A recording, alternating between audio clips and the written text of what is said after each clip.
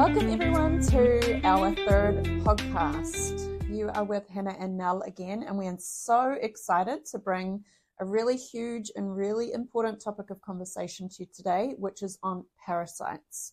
So throughout this episode, we're going to be talking about what parasites are, the signs and symptoms of having a parasitic infection, what treatment can look like, and a whole bunch of information around not just physical parasites, but also energetic parasites.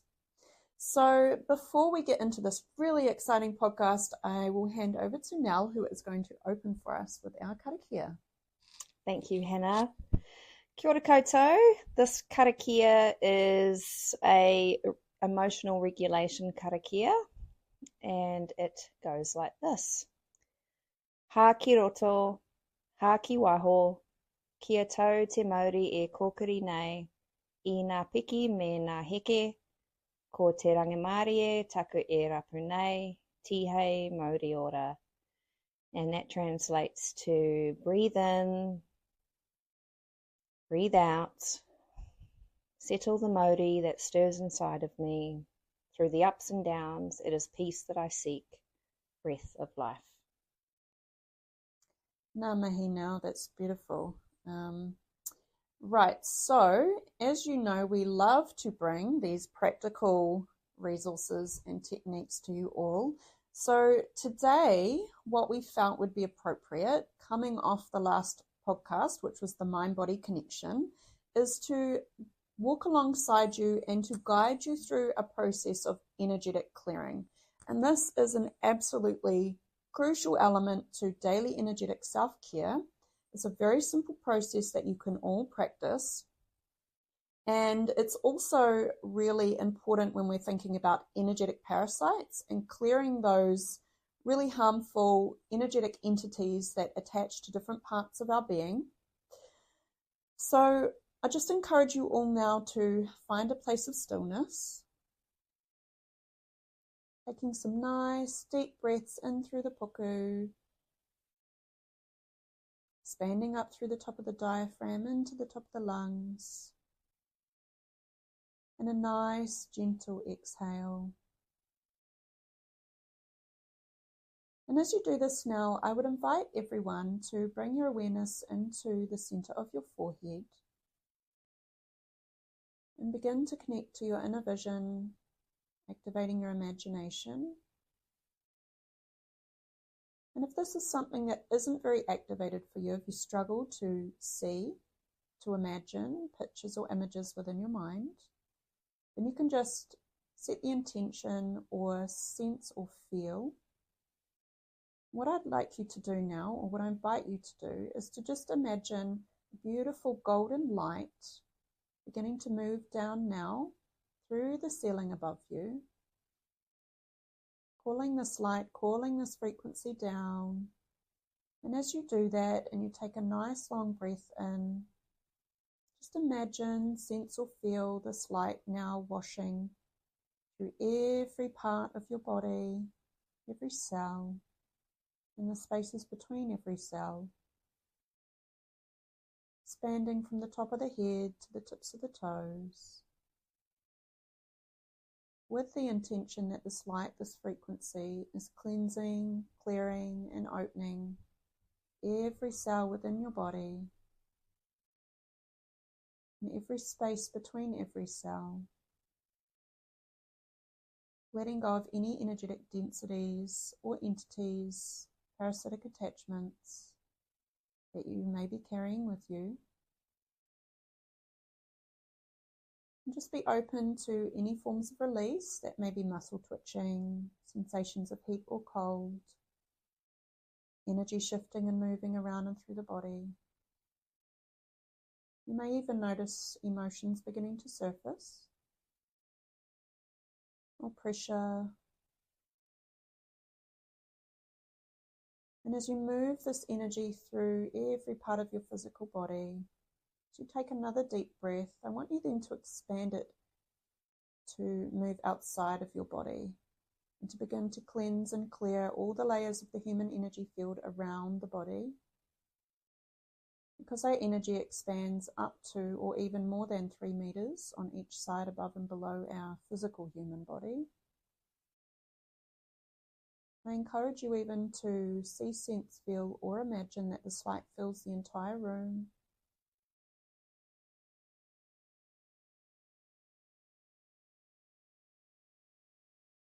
And you can hold this visualization, this intention, for as long as you feel you need to, until you feel that you have cleansed and cleared enough and that you begin to feel lighter.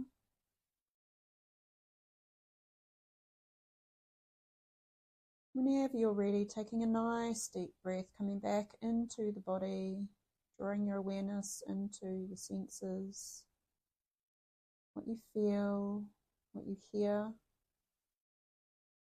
If you've closed your eyes, you can open them again, focusing on what you see around you, wriggling your fingers and your toes. And just become aware. How do you feel now?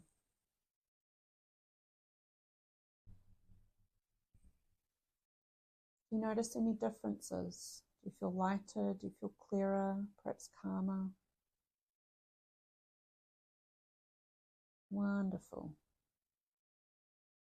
This is a very gentle, very loving practice that can be done at any time of the day. I really encourage that you practice this first thing in the morning, last thing at night before you go to sleep. Or as you move through your day, if you come into contact with people or experiences that feel quite dense or heavy, it can be often really good to clear your energy after that. Certainly if you go into spaces and places that have a lot of people, such as hospitals, malls, or group settings and situations. Because as we move throughout our day, of course, we come into contact with lots of different energies, and not all of those are good for us. All right, so moving on, let's get stuck into our really exciting topic for today, which is parasites. And I think that this is a really huge topic that is not spoken about enough, and there certainly is not enough awareness about this. And I just want to begin by saying that Nell and I are both in the midst of a 2-week parasite cleanse ourselves, and we're going to be sharing with you some of the changes that we've noticed so far. But just to begin with, I want to just give a definition to a parasite. Okay, so a parasite is any living thing that gets its food or energy source at the expense of another, living in or on its host. So parasites typically cause nasty diseases. There are detrimental effects with no benefit to the host. So these can include viruses, bacteria, fungi, protozoa, which is single-celled organisms, worms, and arthropods, which are 6 to 8-legged critters. So I really wanted to expand on this idea of a parasite because I know many people tend to just associate them with worms in the gut, but it's actually much more than that. Now, I really want to say that parasites are masters at going undetected by the immune system. And this is why we can carry parasites, and we do. In fact, we all have them. But we carry parasites throughout our lifetime. And over time, if we don't cleanse them and clear them from the body, they do create illnesses and issues within the body. And we're going to go much more into depth with this soon. Yeah, people think they're wriggly worms, don't they? That word parasite for a lot of people is a wriggly worm, isn't it? But it is more than that. It's way more than that. And I loved how you affirmed that we all have parasites. We do. They're found on everything. Our fruit at the supermarket. I know that we typically know them to be located or get them from certain animals, or feces contamination, or uncooked meat. But actually parasites are literally on everything. So pretty much every day we are ingesting them in some form. And this is why it's so important that now that we've come here today to talk about and to explain how they impact the body and how do we get rid of these things. And the fact that they are not just physical parasites, but we also have energetic parasites as well. And it would explain a fair amount of symptoms people have. Yes, absolutely. And a lot of the time, parasites aren't even thought about in terms of an assessment if people have specific symptoms. No, I think back to my 15 to 20 years of going to medical health professionals for help with my gut. Not once did anyone mention potential parasite. And parasites are well and truly scientifically documented to be the cause of IBS, autoimmune, any type of gut issues. They're well and truly connected to. So, yeah, it's frustrating that this isn't understood more widely and spoken about in more mainstream interventions. But we are here today to share this with you so that you can take this upon yourselves, become empowered, and do a parasite cleanse. This is what we invite you to do. Mm. The thing is, like, you talk to some parasitologists and they have a wealth of information, but a lot of this is not common. It's not commonly known. No. Like you said, even medical professionals didn't even introduce the idea that it could be parasitic in nature, your experiences. You're right. There are some doctors, I mean, if you go looking on the internet, you'll find the people that talk about this. And there are some doctors now, cancer doctors, that do not treat cancer, they treat parasites. And this is the strength of the research. And I'm talking like strong scientific research that's coming out now. And maybe I'll share a case study now, just while we're talking about it, about a man in Colombia in 2013 who died of cancer. And what happened is doctors in Colombia asked the CDC, which is the Centers for Disease Control and Prevention, to help diagnose what they were calling a bizarre biopsy from lung tumors and lymph nodes of a 41-year-old man who was HIV positive. So the tumors looked really similar to human cancer, but the initial lab studies revealed that cancer-like cells were not actually human. And that kicked off basically a 3-year hunt for the cause of this man's illness or this man's cancer. So researchers in the unit dedicated to investigating cases of unexplained illnesses and death initially questioned whether it was an unusual cancer or an unknown infection. And the growth of the pattern was very cancer-like, with too many cells crowded into small spaces and quickly multiplying. But they were really tiny. They were about 10 times smaller than a normal human cancer cell. The researchers also noticed that these cells were fusing together, which is very rare for human cells. So they kept researching, and after dozens of tests, they eventually found that the DNA of the cancer was from tapeworms that were in the man's tumor and located in his gut.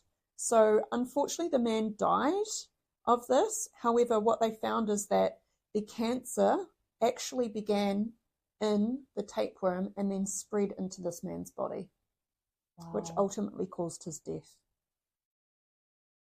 So there is a ton of research now which is linking parasites to many different types of cancers. This includes liver cancers, bladder cancers, but actually the list of different types of cancers is much longer than that.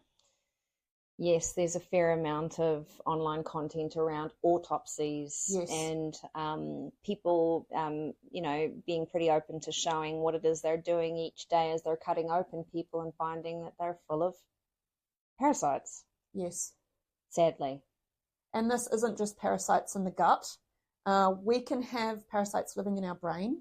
Our liver. They bury themselves into the very cells within our body, and it can be cells of any organ, any part of the body. They bury themselves into cells, and what they also do is they bury themselves within the heavy metals within the body, which means that they go undetected by the immune system, which is part of their survival. So they are masters of going undetected. I just wanted to give some examples. So malaria is caused by a parasite called Plasmodium that lives inside the cells in the human body. Chlamydia, which is a type of parasite or bacteria, very common, that attaches itself to a host cell and then feeds off that cell for its vital function. So there's a couple of examples. Now, how are these transmitted? They're transmitted via water, food, pets, insects, but also human-to-human touch, saliva and things like that. So they're very easily transmitted. As I said, we all have them. How would you know that you have a parasitic infection? Well, I'm just going to put it out there and say pretty much everyone does, unless you are really aware of this stuff and you're regularly cleansing yourself of parasites, then chances are you have one. Some of the symptoms can be itchy skin. Sugar cravings is huge. Let me tell you now, the body does not crave sugar. So if you have sugar cravings, you have parasites. Sleep disturbances, autoimmune diseases or issues, uncontrolled appetite, unexplained health conditions, chronic fatigue, grinding your teeth, especially at night, anemia, which is low iron, symptoms of anxiety or depression, and then, of course, if you have illnesses such as fibromyalgia, MS, or a bunch of other chronic diseases, which includes Crohn's, Parkinson's, arthritis, skin conditions, diabetes. There's also been scientific links now between these illnesses and parasites. So if you do have any of these types of illnesses, of course, we're not here to diagnose or give medical advice, but I do recommend that you look into considering a parasite cleanse. It's interesting because I was diagnosed with IBS last year in the medical system, and after a period of waiting, you're able to see a gastroenterologist. There's no specific workup. There was no bloods, no stool samples. It was really just an assessment on lifestyle, on movement of bowels, all that sort of thing. And I left the hospital with a bunch of laxatives.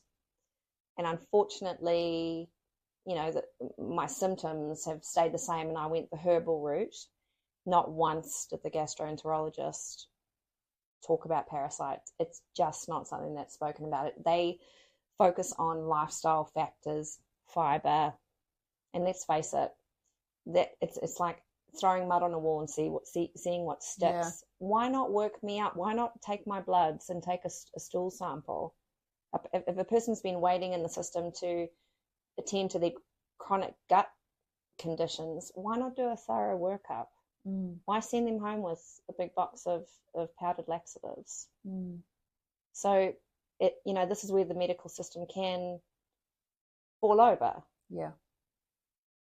I see that the medical system has its place if you need a leg amputated, yes, or you need a heart transplant, sure. But when it comes to chronic illness, my personal opinion is that the medical system is severely lacking in their understanding and their interventions, yes, in terms of diagnosing and dealing with these issues. And that's why a lot of people either just learn to survive with these illnesses for 20, 30 years or their whole life, or they end up going down the holistic alternative healing route because they've had no traction and no luck in the medical system. And certainly that has been part of my story. Like, this shows our level of knowledge is, even talking today, I'm curious about our listeners out there. How many listeners I wonder are zoning out because this topic is not accessible. The thing is that the more we go into this theme, the more we will encounter just how much information is out there that is scientifically proven on the types of parasites, what they feed off, the symptoms they will, that manifest. The thing is, the information's out there. Yes.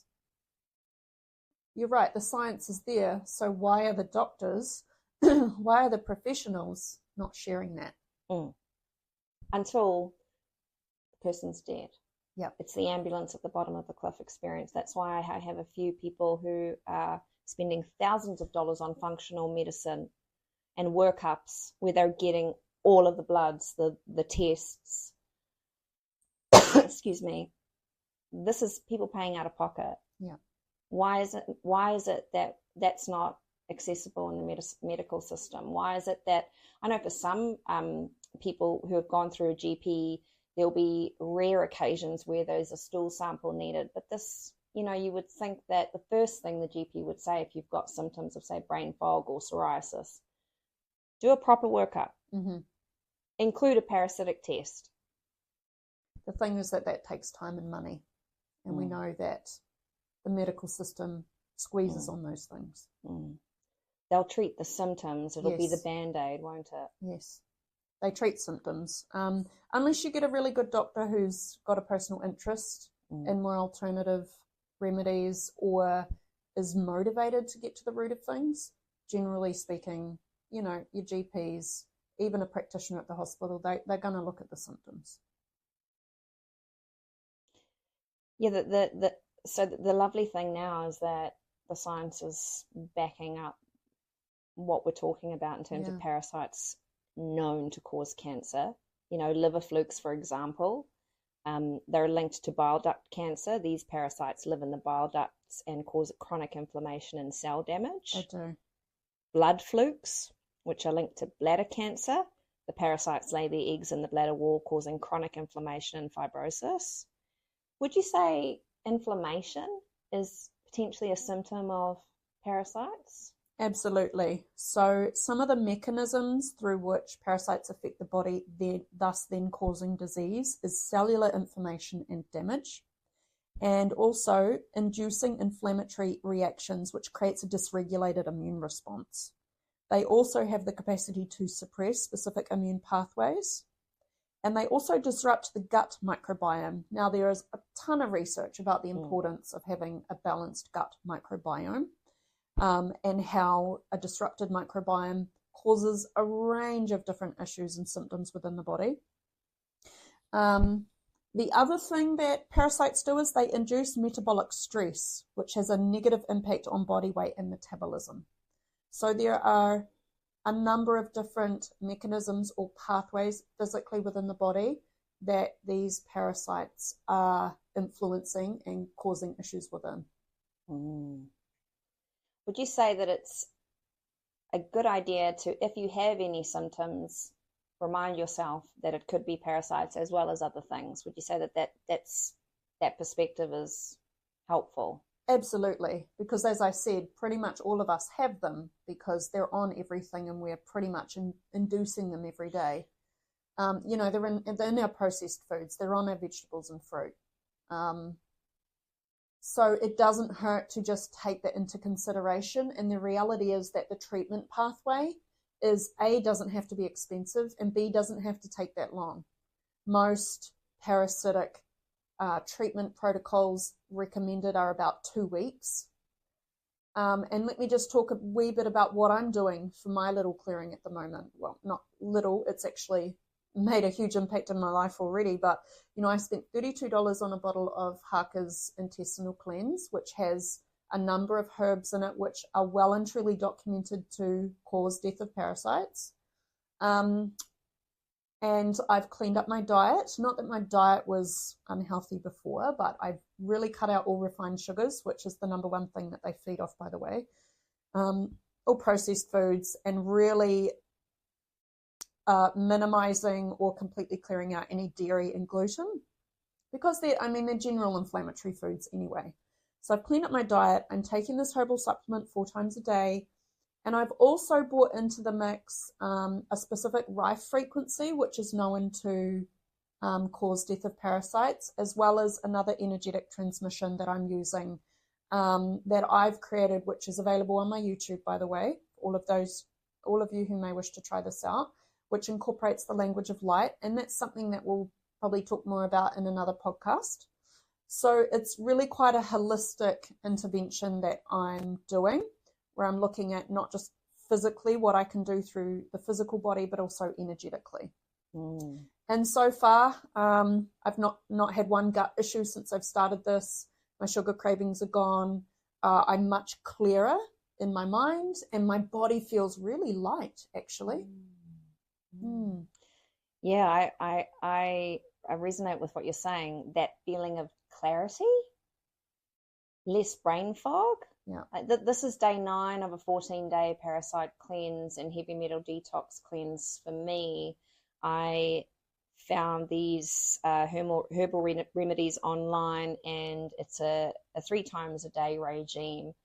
I must say my sugar cravings are not a thing right now, and I am somebody that will smash the sweets, you know, between 3 p.m. and 9 p.m. I got to have my sweets normally, you know, like that's my thing. But gosh, I'm like, oh, I'm noticing that after my dinner, I don't need a dessert. And if anything, I'll have like a feijoa. This is not me. It's almost like, you know, I guess the parasites drive our intense cravings, don't they? They do. It's not the body craving those things. The body doesn't need or crave sugar, refined sugars. The body needs and craves nutrients. So if you are having those cravings, it is parasites. And so this it's called ParaCleanse. This regime that I'm on. Not only is it helping me to be mindful in terms of a self-care routine, also in terms of the food choices. Like if I'm going to be on this parasite cleanse, I'm not going to make it harder for myself by smashing a V. I'm going to, make better choices. It's almost like my brain's operating a little bit differently. And I'm really, really keen to get my kids on a cleanse because goodness, like we are a family of sugar addicts and processed food. And I noticed like I was craving Indian food the other night, and I was like, okay, yeah, I normally crave a takeaway once a week, but there was something different about my food choice and my thought process where I was like, no, this is, I'm doing this parasite cleanse, and I wondered if it's like whatever this parasitic cleanse is suppressing and obviously killing off these parasites that are causing me to think particular ways, to crave sugar. It is really like you're being led by an army of invaders. Yes. That's exactly what it is. And you just alluded to this idea of thinking differently. And I really want to highlight that even physical parasites, they are able to reroute our nervous system and influence the way we feel and the way we think. So they can even induce states of fear and create fear-based thoughts in the mind. So we don't just have physical parasites invading the physical body, but we also have parasites that influence the energetic systems, which does include the emotional and mental systems, but also our other energetic systems as well. And I've dealt with these for the last more than 3 years now, working as a holistic practitioner. One of the basic things that I do with any new client during the initial consultation is to do a really deep energetic cleanse. And I'm yet to meet a client who doesn't walk through the door with energetic attachments or entities in some form. We don't get brought up to do self-protection rituals, to think this way in terms of what kind of attachments are potentially going to attach to me in these environments. We just don't think this way. And I love how your approach is around self-protection, but also just being mindful of what's out there and what is likely to attach if we're not careful. Yes. It's just around the norms we've been brought up around. I mean, energetic parasites, you have this conversation with other people, we'll lose them maybe. Yeah. Whereas say, you and I are peers, we can talk about this. This is our bread and butter. It's our truth. So it's like the more we normalize this, the more people can start to think about, if I walk into this room and there's 4 people in this room and I don't get a great feeling off one of them, chances are there's probably something that may attach to me. Exactly. So this is the thing, if you explain it in the right way and you give certain examples, most people will resonate with this. If you walk into a room and you interact with somebody and you leave and you just don't feel yourself, you notice that your energy shifted, perhaps you're feeling really irritable or low and you didn't before, what have you just picked up on energetically that's now affecting you? And this happens to us all the time. Some of the symptoms of energetic parasites include unexplained fatigue, because just like a physical parasite, energetic parasites drain your energy, frequent illnesses, headaches, unexplained or out of the blue pains within the body. If you have a sudden onset of negativity or negative thoughts that just don't seem to go away, these can be a symptom of energetic parasites. Also depression, anxiety, or mood disturbance in any form, and sleep disturbance. And energetic parasites also take different forms. So some examples are energy vampires. So these are a type of entity. They're a little more evolved in their form, and they live off our vital life force. So they attach to the human energy field.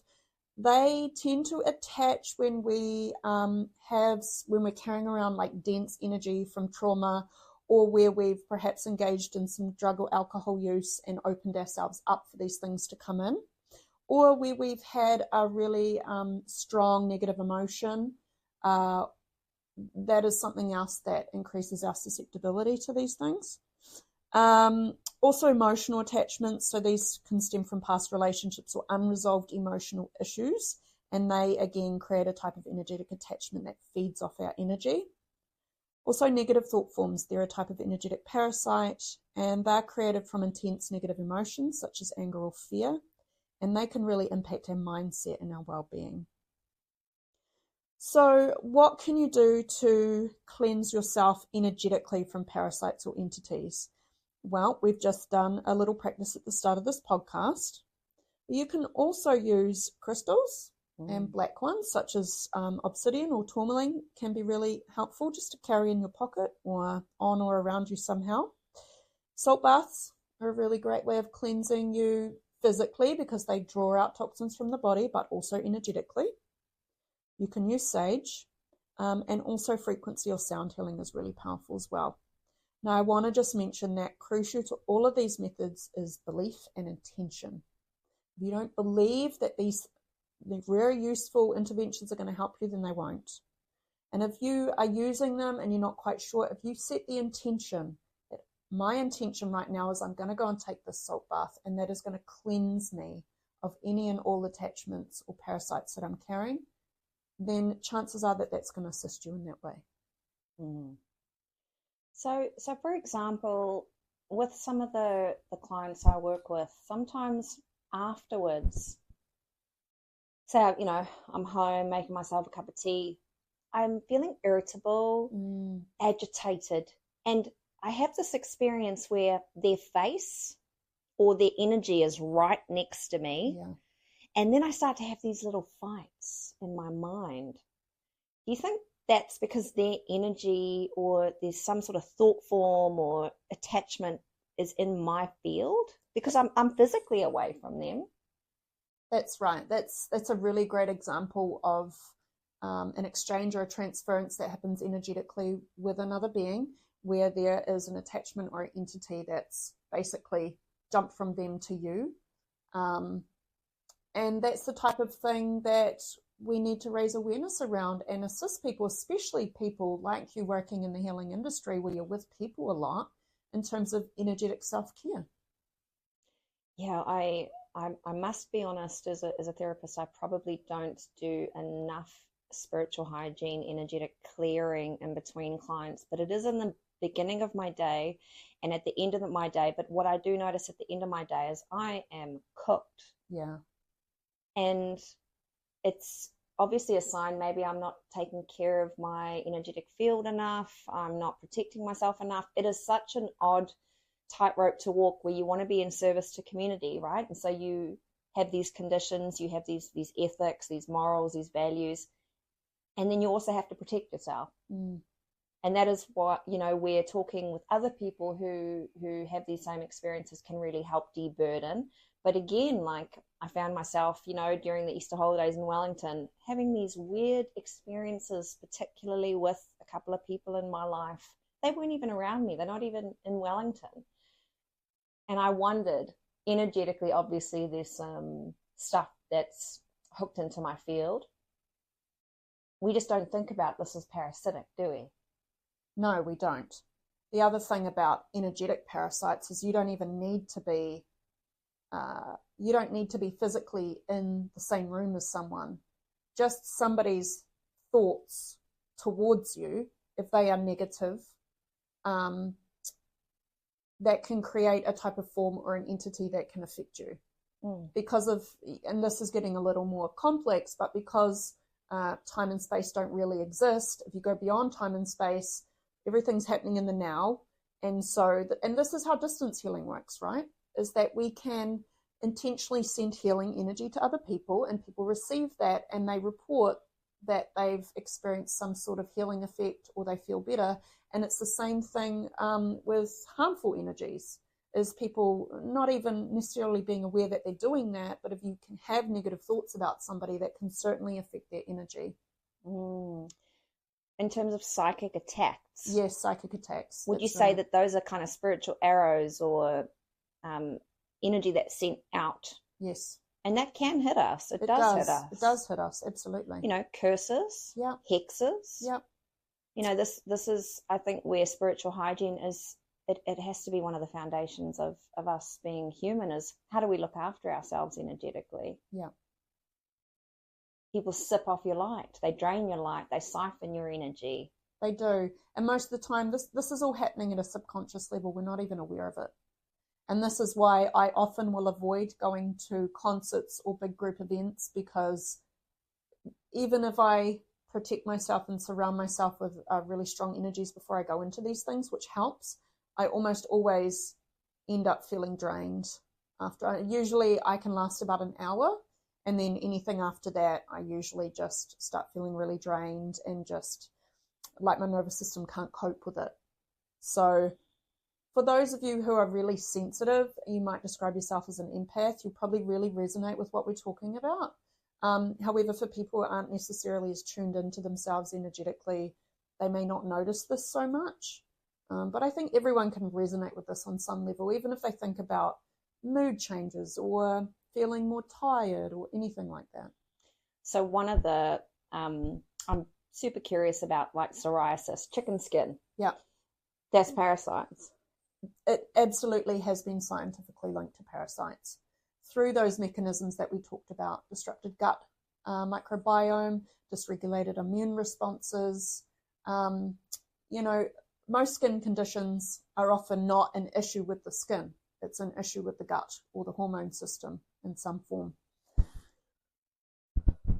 The thing that I'm really curious about, which I was hoping you could say a bit more about, because we're talking about everyday practices we can implement that are free, right? The right frequencies. Yes. Frequencies. I've actually seen images of parasites that have been thrashed with sound frequencies disintegrating. That's the correct. They have units now overseas where they are treating child cancer with 111 hertz frequency, and they are under microscopes watching cancer cells be completely destroyed when you expose them to the specific frequency. So for the one for parasites, from memory, is 1,150. That frequency has been shown to basically kill parasites. But if you go on YouTube and you look up Rife frequency for parasites and you put in Spooky 2, because that's one of the best channels out there, you're going to get a frequency that you can listen to for free. You can play that once or twice a day. This is what I do for my son, because he won't take the herbal remedies, but I've become aware that he has a lot of symptoms of parasites. He has the gut issues, he gets itchy skin, he has dysregulated immune system because he gets chronic sinusitis, and he's got dairy allergy. So I've been basically playing a frequency throughout the night for him, which is this 1150 hertz, to help kill any parasites, because, you know, getting a 5-year-old to take a really disgusting tasting herbal remedy isn't easy. Yeah, I got a parasite cleanse that was going to be kind of easy to take, but the thing I was most worried about was the heavy metal detox liquid, but it's actually quite yum. We could talk about this for ages, couldn't we? We could even do a 2-part parasite episode, but this is something that I think is super important to consider, isn't it? It is. So maybe you, the viewer, could tell us, do you want to hear more on this topic? We can even go into the connection between parasites and specific illnesses, or talk more generally about treatment. We want to hear from you what you want to know more about. Yes. And perhaps next time, Nell and I will give you an update on how we felt at the end of our cleanse. And also the interesting synchronistic thing is Hannah and I did these cleanses, and then it just, you know, parasites was the theme, but we had organized these cleanses on our own, like individually. So it's interesting how it's all coming together. Yeah, I love synchronicity. Yeah. Awesome. All right, listeners. So, you know, have a think about this podcast, maybe reflect on where a parasite showing up in my life, whether it be energetic, whether it be, you know, physical, through the gut. How am I, you know, am I do I have sugar cravings that are just, ruling my life? Because chances are you may need a cleanse, and it's not a bad thing to get a cleanse. Like we've both, experienced major benefits just in the days we've been on ours. And like Hannah said, it's not that expensive. It is something I think that is worth investing in. If you think about it, cleansing parasites from your body, we're talking 2 weeks of eating clean, $32 on a herbal supplement, and using these other tools that are completely free. Is that a big ask? It's very doable from my perspective. And like you say, power of belief and intention setting, incredibly important. All right. Well, we've come to the end of our podcast.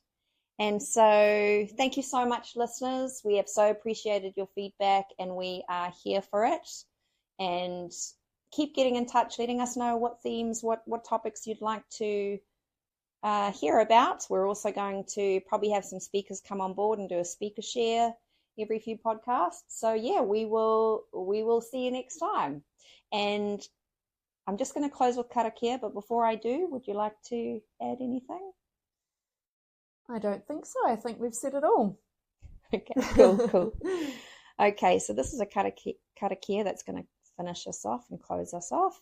Kua mutu o mātou mahi, mō tēnei wā, manakitia mai mātou katoa, o mātou hoa, o mātou whānau, aio, ki te aorangi. Our work is finished for the moment. Bless us all, our friends, our families.